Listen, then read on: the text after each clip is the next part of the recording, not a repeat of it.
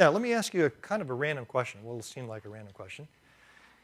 If you knew you only had a month to live, and I don't care if we think of it as Jesus is coming back or you're going to die, it doesn't matter to me which one of those is true because you're going to see him one way or the other. Well, let's just say you had a month to live. And if you ever thought about this question before, how would you spend it? What would you do? Starting right now, you have 30 days from right now to live. What would you do? Would you study for finals? that laugh was a little too quick, Parker. A little too quick. That's the last thing you would do? What would you do with your 30 days you have left?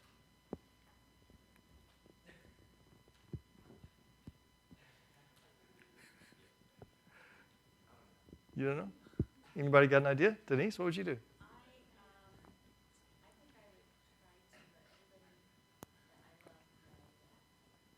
Yeah, that's a good serious thing to think about. Let everybody know that you love them. That's a great thing to do.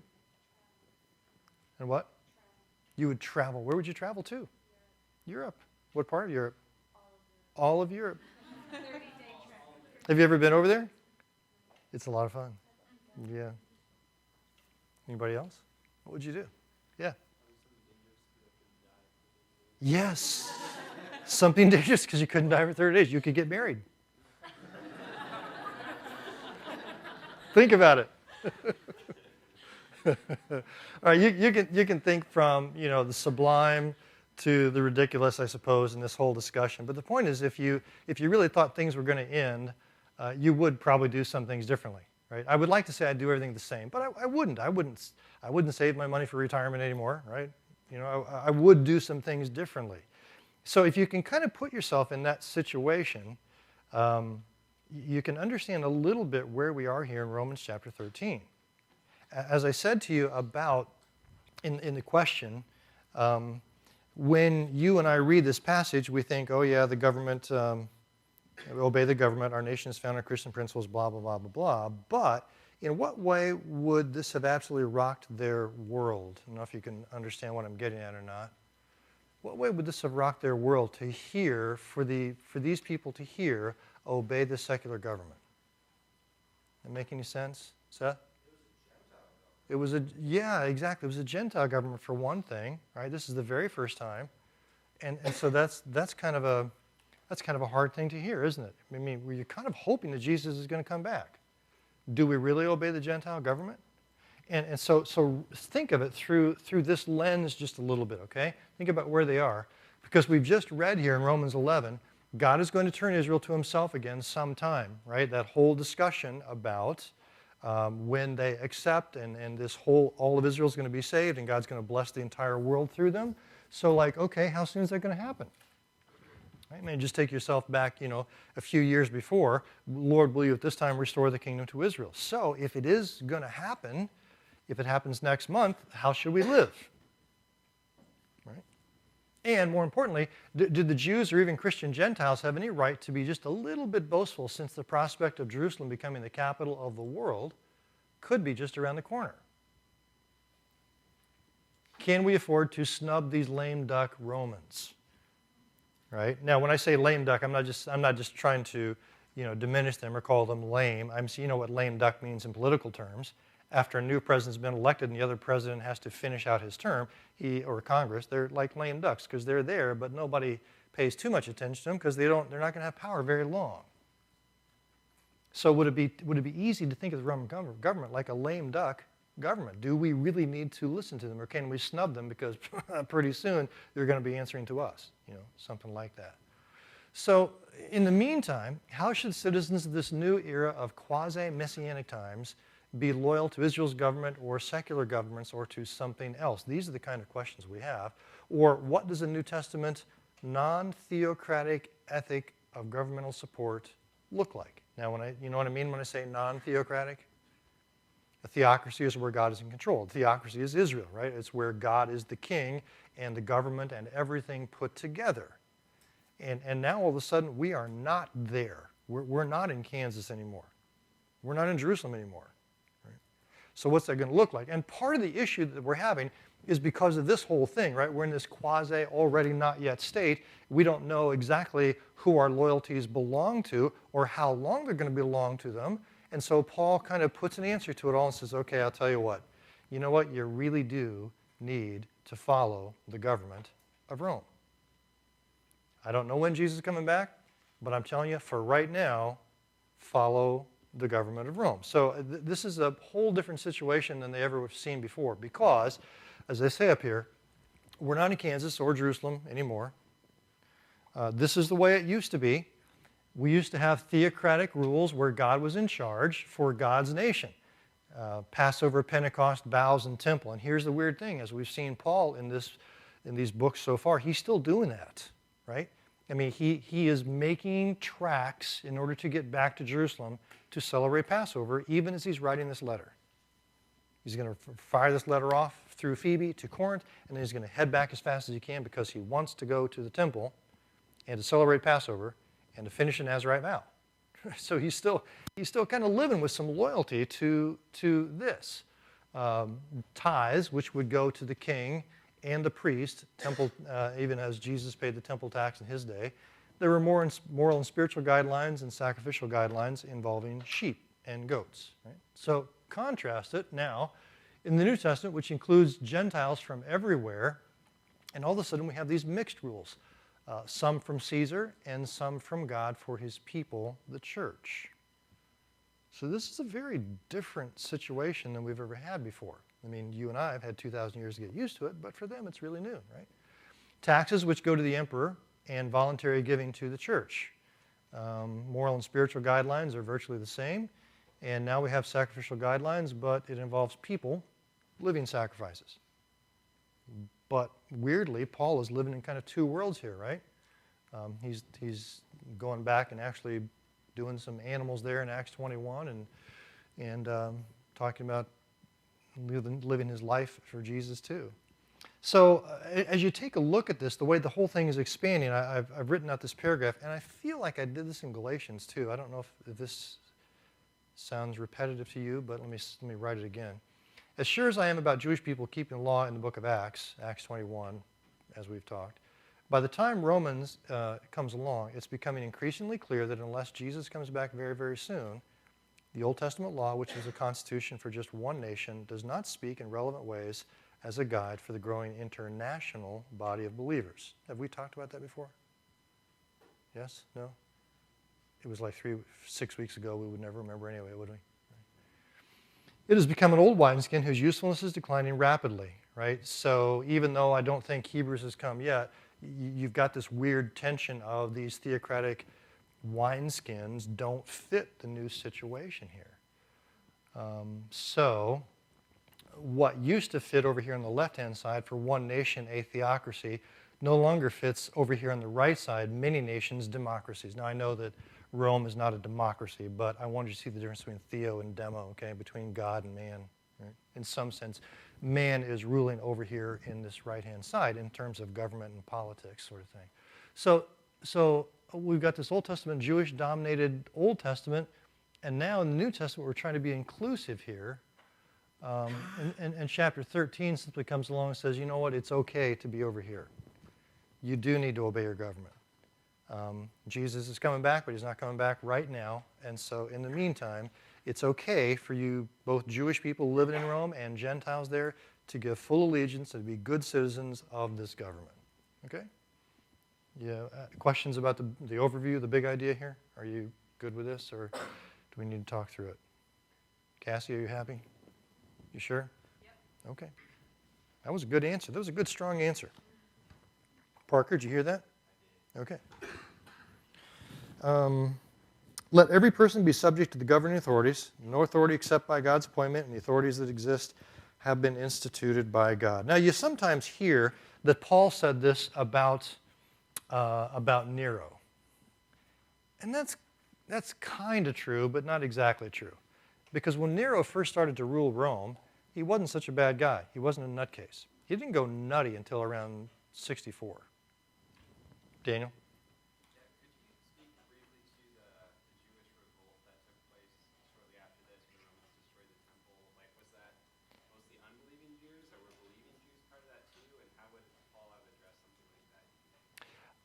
You're talking about in AD 70 when the Romans came in? Yeah, that was, I don't think that had anything to do with Messianic Jews. I think that was all the vast majority, 98% of which were non-Messianic Jews who were simply continuing their Zionism, their nationalism, and wanted to get rid of their Roman overlords.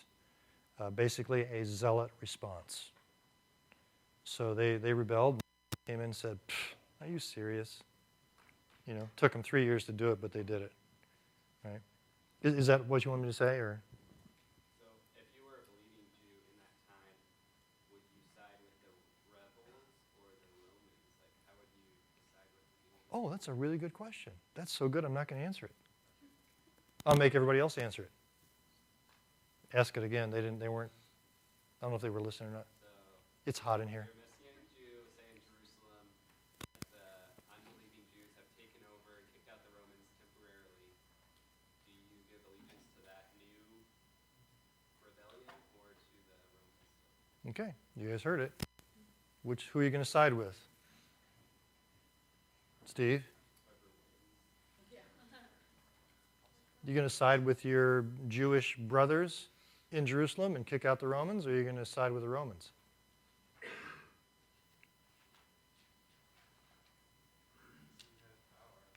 Whoever had power? Okay. What? I'm sorry, what? We should vote. Okay, all right. Parker? My initial knee-jerk following reaction would be to follow the Romans. Okay. Strictly because the way in which the revolting Jews got their power was not right. Yeah, kind of like the American colonialists. Right, okay. Just checking to see where you were on that whole. Okay. Okay, so Romans left hand, Jews right hand. Romans, Jews. Interesting, interesting.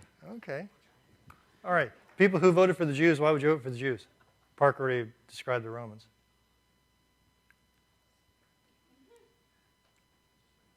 Your initial, okay. It's kind of a raw reaction for me too, but just like water, stick in the water, just like there's other people, they might be in the wrong for rebelling or something like that. And that's just So summarize again, Ethan. You'd say what? it's like right off the bat, I'd be like, I'd stick with my people because my people. Stick with your people, the Jewish people. Okay. All right.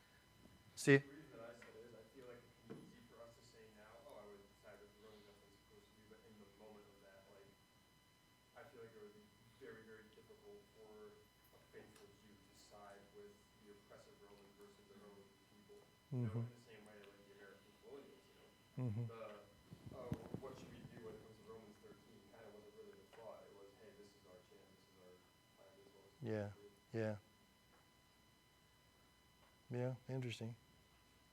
Good. Now, in our in our discussions all along, we keep saying the goal is to take on the character of Christ. Would Jesus offer us any advice in this situation?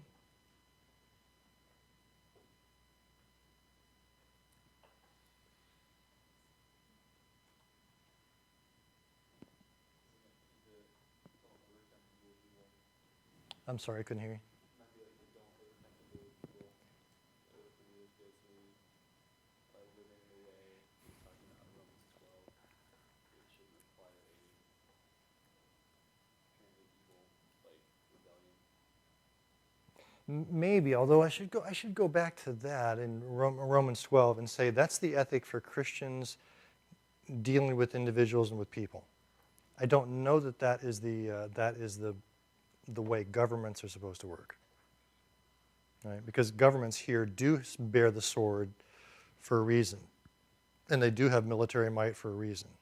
So I don't know that I'd want to go with that. But did Jesus submit to the Roman government? He did, didn't he? He said, "Give to Caesar what belongs to Caesar." And when the Romans said, "We're going to kill you," what did he say? Say, "Okay, you won't have any authority that hasn't been given to you over, from God." kind of submitted to it. I think I would probably go with the Romans 13. I think I would probably go with the Roman government there, especially because the Jewish people are my kinsmen by the flesh, but don't share the most important values that I would share. And that is, there's a God who's going to come back and fix things in the end. I don't know. It's a good question. Nobody ever asked me that question before. But thanks, Daniel, for stirring things up. Yeah. Okay. Is there anything else we haven't talked about in Romans 13? There is, isn't there? There's one more question. And that was number 6. You've seen the same kind of theology. Oh, did we cover all these? Were there any verses here you wanted to talk about?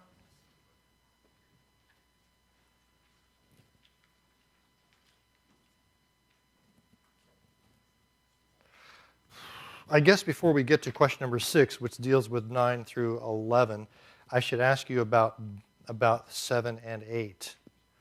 If I ask you to interpret verse 8 for me, owe no one anything except to love one another, the one who loves his neighbor has fulfilled the law, how would you interpret that? What does it mean to owe no man anything?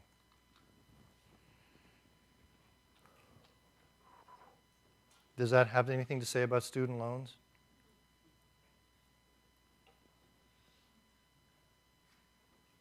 What? Yeah, you could be in trouble. Any ideas about this? Is it arguing against borrowing or not? If it says, owe no man anything, how in the world do you justify any kind of borrowing? Or should you? Should we not borrow?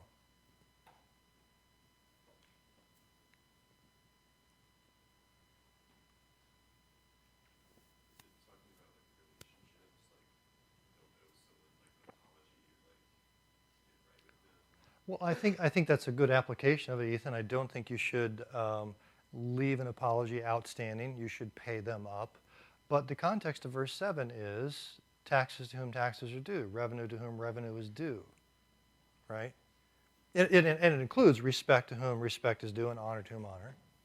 But it seems to cover the whole gamut, right? So, talk to me. Give me some wisdom here. Help me out because I want to know before I fall asleep from the heat and humidity.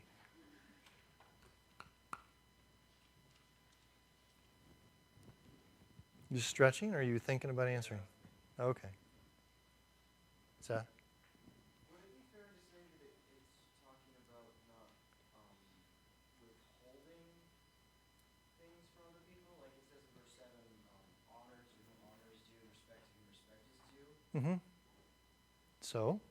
So would it be fair to say that owe no one anything means to just do that? Except to, sorry, that didn't come out right. I thought, I swear I did.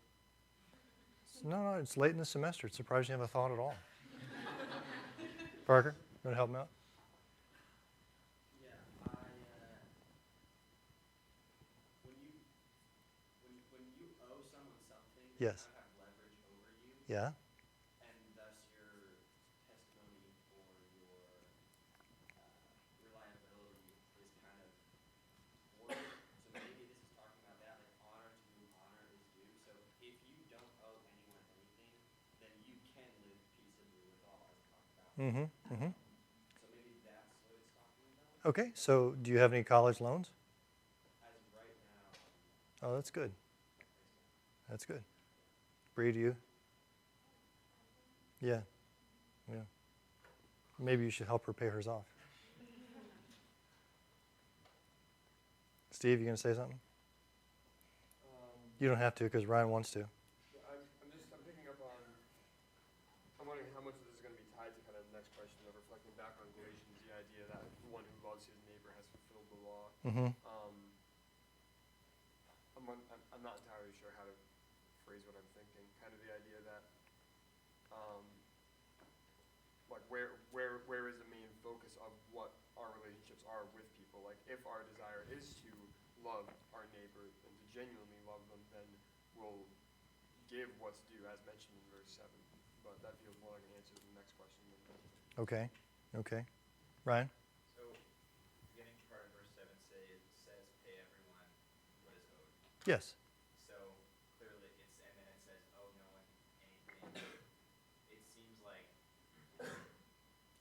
it has to do with the intent, maybe behind what's going on. So, it recognizes the fact, pay everyone what is owed, taxes to whom taxes are due. So, taxes aren't due immediately. Uh-huh. Um, Yeah, now we're getting somewhere. Keep going. Keep going. Yeah, I'm feeling it. So like, I would say, so let's say you invoice, like a realistic example, you invoice someone, or they invoice you, and it's due April 29th. You can, I mean, that doesn't mean you have to pay today, but you should pay before or on April 29th. Yeah, bingo. I think we have it here. I think you're exactly right. And I don't think there's any need to take this, to extrapolate this into some sort of thing of, there's some people who say, I only pay cash for stuff, never take out a loan for something. I don't think Paul is trying to go that far. He's simply saying, it's present tense, don't be owing anyone anything, be paying your debts on time. So if you pay your student bills on time, you're okay. If you pay your rent on time, you're okay. If you're paying back the loan on your house, you're okay. That's the way the economic system works, okay? And that's totally fine. So just don't be defaulting on what you owe people. Especially those of you who think, well, if Jesus comes back next month, maybe I don't have to pay up, right? And this is part of that ethic of, no, we're here for the long haul right now. So don't think you can get away. Because in Thessalonians, Paul did have to address that, right? Some people had stopped working, and Paul said, no, you're missing the idea of imminency. He could come at any moment. Doesn't mean he's going to come tomorrow, right? So keep living and keep working and all that sort of thing, and keep paying off your debts too, okay? All right. So like an interpretation question. So like, how do you decide that's the right way to interpret it? Versus like, oh, someone might take it as you shouldn't have debt. So someone taking it that way versus the way we just took it. How do you get from that point to where we are and decide, I think this is actually what it means? Yeah, that's a good answer. How do you get that? How do you figure that out? The first of all is this, that if he actually does mean you can't ever take out any debt, that would be a fairly radical departure from where the Old Testament was, because the Old Testament does talk about borrowing and lending and that sort of stuff, okay? So that would be a radical departure, and you would expect him to spend more than just 5 words if he were trying to overthrow that whole system we've seen so far. The second thing is that it is present tense, don't be owing anyone anything. It has a constant kind of be paying things back, okay? And the third, I guess the third reason would be, give the taxes whom taxes are due. As Ryan said, taxes aren't, you have to do that. You have to keep doing that. You can't ever get it. You can't ever get ahead on that stuff. You just have to pay it when it's due. So when you've got just such a short little verse like that, don't try to make it radically depart from where we've been. The Old Testament says the borrower is servant of the lender. And all it's saying is that person owns you for a while. It doesn't not saying it's a horrible thing or a bad thing and you shouldn't do it. Sometimes you have to, but you're kind of a servant because you've got to be paying them back before you go buy this stuff for yourself. So it's certainly not prohibited. And the Old Testament prohibits Jewish people from usury, which is excessive interest, right? But not interest on loans. That's a normal way people do business. It's the way you help people out by lending them money and they pay it back. Yeah. Okay. Matt? Is there any way that verse 8 could be referring more to the following verses than to verse 7? Because it looks like in verse 9, before the commandments, that's drawn from that concept. And then do not commit adultery, do not murder, do not steal, do not covet. Those are all sins that have to do with taking something that's not yours. Yeah, I think it could, but you can't get away from this textual connection. Okay. You know what I mean? So I think it does go both ways, but it has to at least go back too. Yeah. Okay. All right. So let's go on to the next question then, because I really would like to get to 14 and 15 today. Okay. Let's see if we can do this. 13, 11 to 14. You've seen the same kind of theology in Galatians that you see in 13, 8 to 10. Again, why does Paul phrase his ethic like this when he says, whoops. Don't commit adultery, don't murder, don't steal, don't covet, and let's just sum it up like this: love your neighbors yourself. Again, not a real hard answer here, I don't think, but just trying to keep thinking in the first century terms. Why does Paul phrase it like this, as we saw in Galatians? But the whole law is summed up in this: love your neighbor as yourself. Seth, I'm going to let me make somebody else talk today. Okay. I said he's being sensitive to both Jews and Gentiles, so love is a fulfillment of the law. Kind of reassures the Jews, like you said earlier. Yeah. Gentiles are going to be lawless. Yes. Yeah, good point. He's trying to be sensitive to his audience. He's talking to Gentiles too. He's in that section here, and so he's not going to go back and say, let's keep the Jewish law here. He's saying, okay, here's what the law is getting at: loving your neighbor. Now, I hope that you have a really, really, really, really, really, really, did I say really? Really robust understanding of love your neighbor. Right? Loving your neighbor, simple definition, means doing for them what God wants to be done in their lives. So if I'm really, really, really loving my neighbor, I will never do anything that would hurt them, that would take them out of God's perfect will for their lives. Right? That's what love means in every sense. So for you, I want to do everything I can to help you walk before God humbly and with justice and with love. Right? And anything I do that keeps you from doing that is not acting out of love. A boyfriend to a girlfriend, a fiance to a fiance. Anything you do to keep that person or take that person out of standing before God completely and holistically is not a loving thing to do. So when Paul says they're going to be led by the Spirit to love people, that is a comprehensive commandment, okay, by which we should measure our interactions with everybody all the time. What's the most loving thing I can do for Jeremiah today?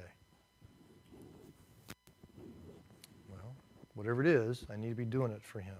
And so if he's going to sleep during class, the most loving thing to do is just to quietly, gently wake him up, so he's back with us. Not that he wasn't going to sleep, but if he was, that would be the loving thing to do, right?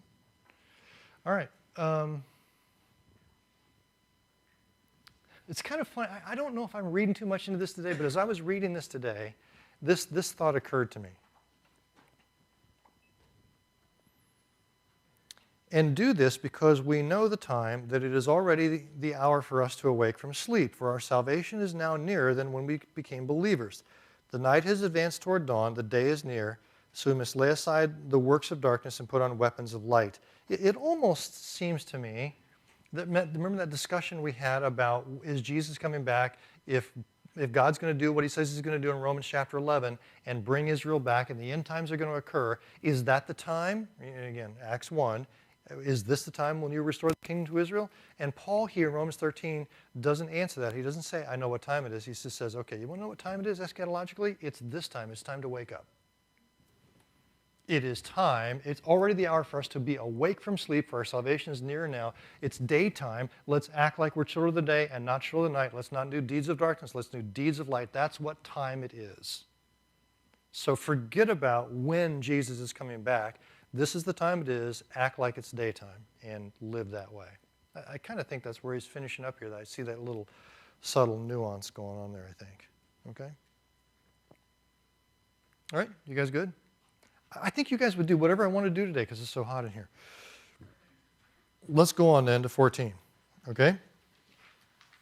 Now,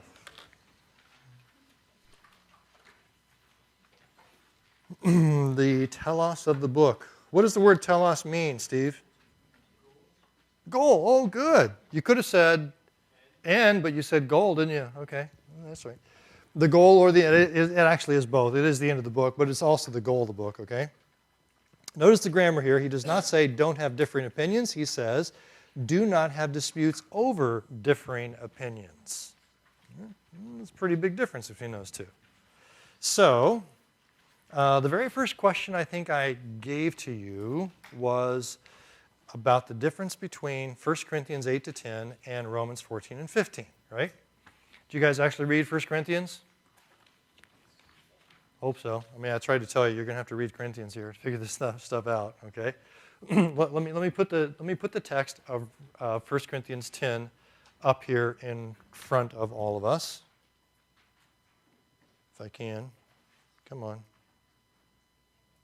Watch the magic here. There it is. What was that? Was that Hunger Games or was that Jeopardy? I couldn't. Sorry. 1 Corinthians 10. I don't should be unaware, brothers, that our fathers were all under the cloud and passed through the sea and all were baptized in Moses. People sat down to eat and drink and rose up to play. Now, they're not talking about football games when they rose up to play. This is the story. This is the reference back to how Balaam got God to judge Israel by bringing pagan worship from Moab, and the people got involved. So when they rose up to play, they rose up to get involved in sexual games and were immoral and idol worship. Okay, and 23,000 died in a single day.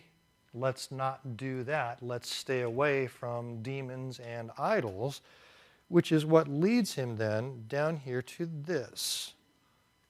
So then, my dear friends, flee from idolatry. Have nothing to do with idolatry. But then, if you live in Corinth, the only way you can buy meat is by going to the meat market, which has meat which was first offered to an idol in worship, and then the people who ran the temple would take the meat and sell it to the marketer, who would then sell it to you. It's the only kind of meat you could buy. So every piece of meat you could buy had been involved in pagan worship. So the question is, okay, Paul, we don't want to be involved in idolatry. Does that mean there are demons or idols connected with the meat which we buy? That was their question. Okay? So Paul goes on to speak of that, and he comes along and he says this. Everything is lawful, but not everything is beneficial. Verse 25. Verse 24, do not seek your own good, but the good of the other person. Eat anything that is sold in the marketplace without question of conscience, for the earth and its abundance are the Lord's. So, if an unbeliever invites you to dinner and you want to go, eat whatever is served, but without asking questions of the conscience. But if someone says to you, this is from a sacrifice, do not eat, because of the one who told you and because of conscience. I do not mean yours, but the others. For why is my freedom being judged by another's conscience? So what he's trying to say is, we know that an idol really isn't anything. It doesn't have any power over us. It didn't get lodged in the meat. This meat belongs to God. Those are the verses before. So when that piece of meat is sold, you can feel free to buy it. You're not committing the same sin as the people did back in Numbers 25. So go ahead and eat that. But if somebody brings this up and they say, we kind of feel like that's connected with idolatry, is that okay? Do you want to eat this? Then say no, because of the associations they have with it, but not your own conscience, because it's okay for you to eat. Right? That's the basic situation, 1 Corinthians 8 to 10. You good with me there? Does that make sense to you? Dahlia? Yes, I think so. So it kind of gives new meaning to verse 31, doesn't it, than we usually give it. So whether you eat or drink, whatever you do, do everything for the glory of God. Don't give offense to Jews or Greeks or the church of God, right? So that's the basic idea. You've got several differences then. Can you then tell me what the differences are between this and Romans 14 and 15? I think that was the question. I'm asking you about question number 1. Can you answer question number 1?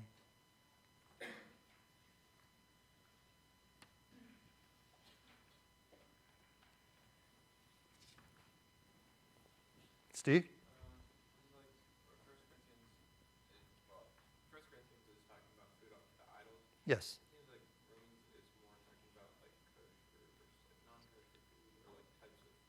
Yeah, I think you're right. I think we're talking food offered to idols in one versus kosher versus non-kosher. And how do you know that? How do you know we're talking about kosher food in Romans 14 and 15?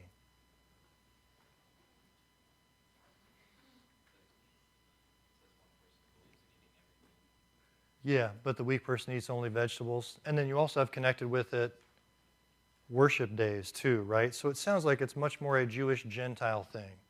And gee, I don't know, have we been talking about Jews and Gentiles in this book all the way through? Right?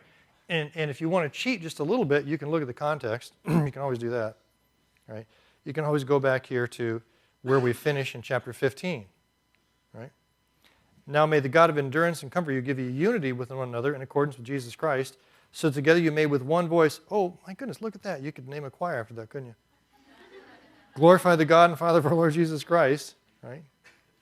For I tell you that Christ has become a servant of the circumcised on behalf of God's truth to confirm promises to the fathers, and thus the Gentiles glorify God. Rejoice, O Gentiles, with his people. Praise the Lord, all of you Gentiles, and let all the peoples praise him. So, right? So we're talking about Jews and Gentiles praising together, right? And that's why I think that what we're talking about over here is Jews and Gentiles actually eating together. And what are the issues going to be? Well, it's not going to be food offered to idols. It's going to be, what are we going to do with the kosher, non-kosher food, okay? So, Steve, I'll take that as one difference. Any other differences you saw here? Sean? It seems like, I'm not sure if this is right, but in 1 Corinthians, it seems like the point is more not leading your brother into sin, and the push that Paul's trying to make in Romans is like towards unity between the Gentiles and the Jews. Yeah. Yeah, that's a good point. That's another good distinction too, right? So let me say this then. I just want to kind of summarize it and say this. Some starting points for interpretation, I think, of Romans 14 and 15 are these. Number one, leave the food offered to idols in 1 Corinthians where it belongs. That was about whether any Christian, Jew or Gentile, should be that closely involved with pagan worship by buying meat in a marketplace that had first been offered to idols at the local temple, and how one's unsaved neighbors might think about it, right? Romans is a Jewish Gentile believers issue, kosher versus pork, not a pagan Christian issue, good meat, but offered first to idols. So bullet points here. 1 Corinthians deals mainly with idolatry, though food is the precipitating issue. Romans deals with Levitically clean or unclean food, right, within the body of Christ. So 1 Corinthians is mainly about what others outside the body of Christ will think, but here's what you, the participant, but here in Romans, it's here what you, the participant, will think about it. Okay, so let's keep those two passages separate. They don't interpret each other, and that's one of the mistakes people make. Okay, so we'll start out like that. So number two, what are the precipitating issues that spark Paul's thoughts here? What are the foods he's speaking about, and what's wrong with them for some people? And what are the days, and why are some holier for some people? Again, wasn't trying to make that a hard question. I think you've kind of answered it, but did you get answers for it? Would someone just say it out loud so we can put it on the table here? Yep, kosher food and Sabbath. Yeah, I think that's probably what's going on here, okay? So let's ask ourselves, how would this get the people in trouble? I lost my little clicker. How would it get in trouble? Well, let me illustrate it like this, okay? Let's put our four guys up here on the screen. And you, again, remember the definitions of those guys, right? You know who they are and what they are. So let me put a little, draw a barrier right there. So what have I just done? What have I separated right there? Those are Jew and Gentile, exactly, right? So we've got Jewish people there. Now, if I draw the line right there, what have I done? Kosher and non-kosher, okay? Exactly. Now, here we are in 57 AD. All of these people are coming to eat together when the church convenes. When they come, where is Cornelius going to sit and what is he going to eat?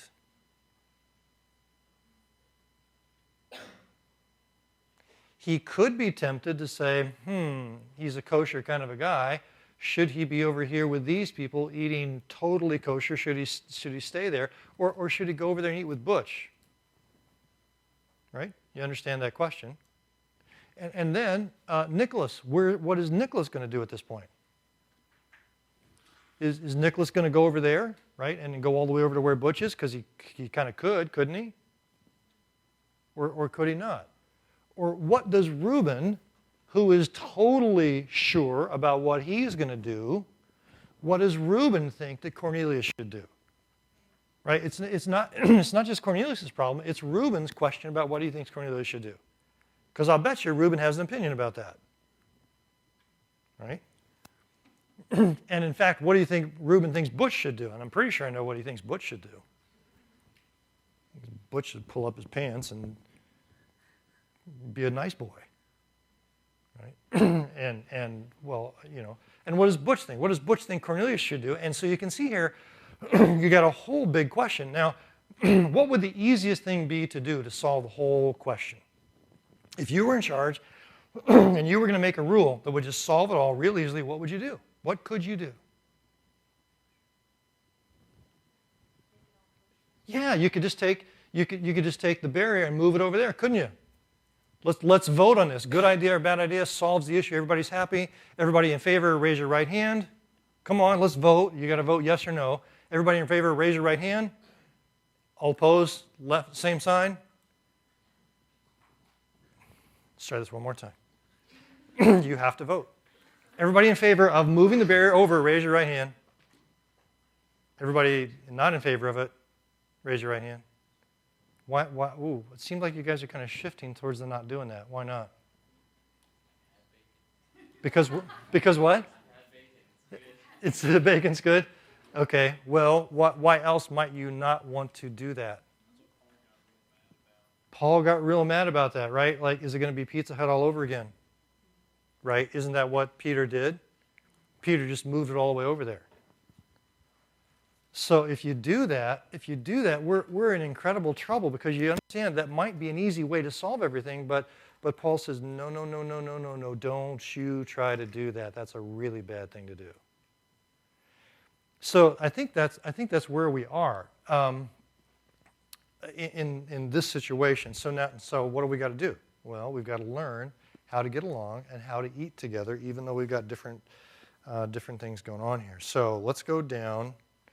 I think you can see that in the verses here. Let me put the text back up here. The one who eats everything must not despise the one who does not, and the one who eats abstains must not judge the one who eats everything, for God has accepted him. Who are you to pass judgment on another's servant? One person regards one day holier than the other days and regards them all alike, but each must be fully convinced in his own mind. Now, I'm kind of scooting over this because I think it all hangs together. Yeah. Those red words? Oh, yeah. Okay, right there. One person believes in eating everything. That assumes the definitive list as in kosher laws, or some people eat only vegetables. But down here in verse 4, no definitive solution about food laws. He doesn't simply say, here's what you should eat, or here's what you shouldn't eat. He's going to be deliberately vague, and we'll find out why here in a second, okay? Where I want to get to, though, is this. I know and I'm convinced in the Lord Jesus there's nothing unclean in itself. Still, it is unclean to the one who considers it unclean. Now, as I said in the questions to you, given the traditional view of Acts, what would Paul mean when he says that? Again, it's not hard to say. Eat whatever you want because the food laws are gone, right? Okay. Still, it's unclean to the one who considers it unclean, but there might be someone who's just kind of a weird holdover. But if that's not what it is, and if 6 weeks from now Paul is going to go to Acts 21, to Jerusalem, and claim to walk orderly and keep the law, right? If that is the case, then what might he mean by this? Any ideas? Yeah, Erica. Yes, exactly. The food is unclean for the Jews because that's what God said it was for them, right? So let me take you here. Traditional view is this, and you can actually you can pass out the papers now if you would do that, please, everybody. Okay, you can pass out the slides because the slides are here. You don't have to take notes on this. You can just read it if you want to. There are two pages for everybody. It has a 1 and a 2 in the lower right-hand side. Okay. Leviticus is abolished and all the food laws with it, so it's a matter of weak Jews who aren't sure. So if you just can't swallow this theology, then you shouldn't swallow any bacon either. Yeah, well, yeah. My view is this. Paul is merely stating what has been the Jewish understanding of this idea for centuries, namely, pork isn't inherently unclean. And the Jews knew that, right? That's why it says nothing is unclean in itself. right? Nothing is unclean in itself. What does he mean? Well, he means this, right? You go back to Leviticus 11. It is unclean for you. God forbade Jews to eat pork to make them separate from pagan society, but not because there was really anything wrong with pigs. Israelites knew that Gentiles weren't sinning by eating bacon. They just thought they were second class. So notice the wording of Leviticus 11. Do you notice this over and over and over again? Look at that. The rock badger is unclean to you because it chews the cud. The hare is unclean to you.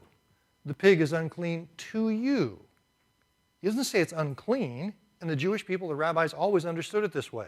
There's nothing inherently wrong with the pig. But for you, Jewish people, we're going to set this thing aside because I want you to have menus so difficult to mesh that you have to be separate. Okay? You must not eat from their meat, and you must not touch their carcasses. They are unclean to you, but not to Gentiles. Okay? So to go back then to this view, Paul's encouraging Butch and Cornelius that it's okay to baconate. I just made that word up. It's okay to baconate even when their Jewish church member friends don't. He's saying, forget about it. It's okay. There's nothing really unclean about it for you, Gentiles. Still not buying this explanation? Then why do you think there were rumors in Jerusalem? This guy teaches people not to follow the customs of Moses. Kill the beggar, right? That's what they're going to say 6 weeks from now. Because statements like this can be easily misconstrued. Statements like this one can be easily misconstrued. So,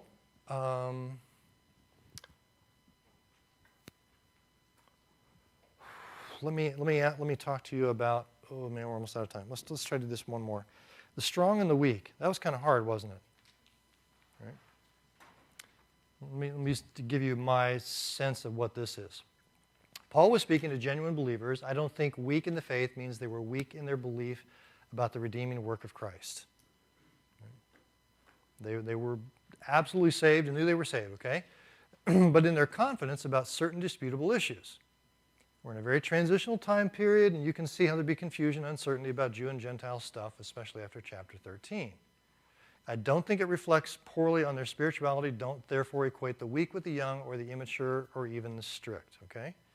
I wouldn't want to say because Daniel didn't eat the meat that he was immature. He's actually the strong one, okay? So let me say it like this. A strong one here, I think, is someone who has full confidence in this new revelation about the Gentiles being able to eat along with Jewish folks.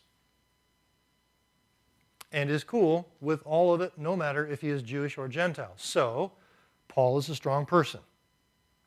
Right? Paul is strong, who wants Butch and Cornelius to eat, even though he himself is not. Right? So you can't say a strong person eats this. It's like, okay, a strong person eats what? Well, it depends if he's Jewish strong or Gentile strong. Right? Note that Paul says all foods are clean, but doesn't say, therefore, I eat them. Gentiles and proselytes who get it, these would be strong. Right? A Butch who is fully convinced he can eat that bacon, and he does. Jews who are kosher and get it, they are comfortable around Gentiles and proselytes who don't. But the weak person would be someone like this, God-fearing Gentiles like Cornelius, who might be afraid to abandon food laws. Or Jews who are fearful for Cornelius to do so. That is, Reuben could be weak because he's not convinced of this teaching.